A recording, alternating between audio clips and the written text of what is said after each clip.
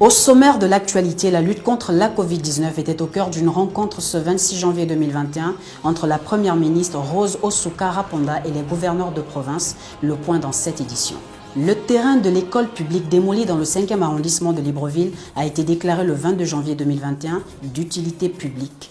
Les avis du maire de la commune et de la directrice du dit établissement dans cette édition. Enfin, on fera également le point sur l'avancement des travaux de voirie en Zengayong dans le 6e arrondissement de Libreville.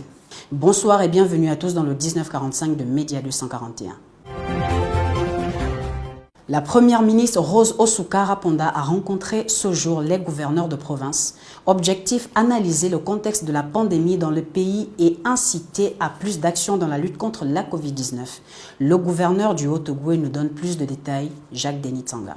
Vous savez que les gouverneurs sont les responsables des comités provinciaux, COPIL, et qu'à ce titre, ils sont très engagés au front pour mener la lutte contre cette pandémie.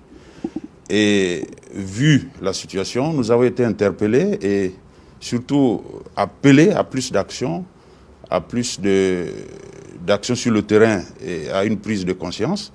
Tout cela va se traduire par une amplification de la sensibilisation, une remobilisation des ressources humaines et des ressources logistiques et financières.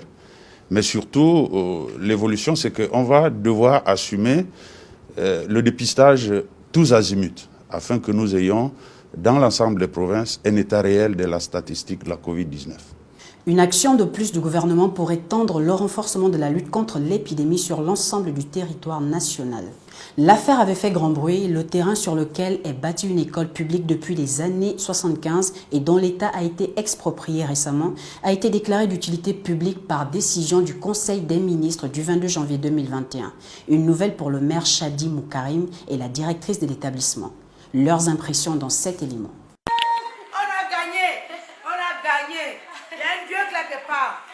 Oh Jésus, Dieu, il y a un Dieu quelque part. Il y a un Dieu, il ne fait rien sans rien. C'est officiel. On a gagné, maman, on a gagné. Ce sont là les cris de joie de la directrice du centre préscolaire de Lalala. Des cris qui traduisent son soulagement au terme d'un bras de fer entre la mairie de Libreville et un opérateur économique privé. La destruction en décembre 2020 de la dite école avait fait grand bruit et suscité une vague d'indignation. Moins d'un mois après, le terrain a été déclaré d'utilité publique par les plus hautes autorités gabonaises. Alors c'est un grand sentiment de fierté. Nous avons appris la déclaration d'utilité publique de la parcelle du préscolaire de Lalala qui avait été abusivement démolie. Cette histoire qui avait défrayé la chronique. Donc depuis ce jour, toute personne qui m'interrogeait, je leur disais que faites confiance au chef de l'État. Le chef de l'État a promis de protéger la population et la jeunesse. Donc il allait de soi que le président allait déclarer d'utilité publique ce terrain. Lorsque cette dame, qui est Madame Yeye Tripodi, est allée au cadastre, elle s'est rendue compte que cette parcelle n'appartenait sur le papier à personne. Elle a fait une démarche frauduleuse, elle est venue expertiser les bâtiments qui étaient là, en faisant croire qu'elle avait valorisé elle-même cet espace. Elle a trompé la NUTTC et a obtenu un titre foncier, sûrement avec la complicité aussi de certaines personnes. Interrogés, les parents d'élèves souhaitent eux également la reconstruction de l'établissement dans les meilleurs délais. Mon souhait, c'est de pouvoir rétablir au plus vite, je vais dire même avant que la rentrée 2020-2021 soit terminée. Il faudrait que l'État prenne des mesures pour que l'année prochaine, nous ayons une école parfaitement construite comme celle qu'on a eu à détruire. Pour rappel, lors de la destruction du jardin municipal de Lalala, le maire du 5e arrondissement qui s'y était opposé avait été molesté par les agents en faction lors de l'opération.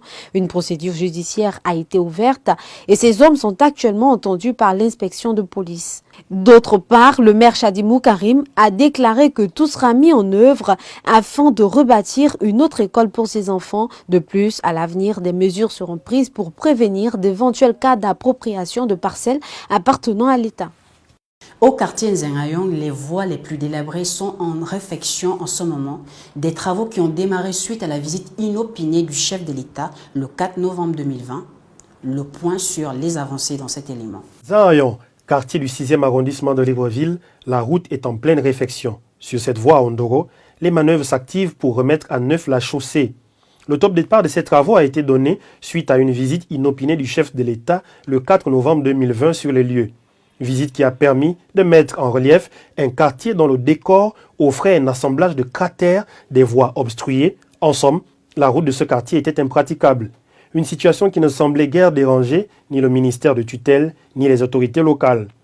Suite à la visite inopinée et sur instruction du chef de l'État, de manière générale, les travaux en pleine avancée en Nzanrayon ont déjà permis la livraison de l'arrière de l'école publique de Nzanrayon Tragage. La voie principale de Montalier a, elle, été réalisée à 95%. En ce qui concerne le marché, les travaux sont encore en cours. Ces actions marquent la volonté du chef de l'État, telle exprimée lors du séminaire gouvernemental des 18 et 19 janvier 2021, de promouvoir une politique de rendement en joignant l'acte à la parole. Fin de cette édition, on se retrouve demain à la même heure.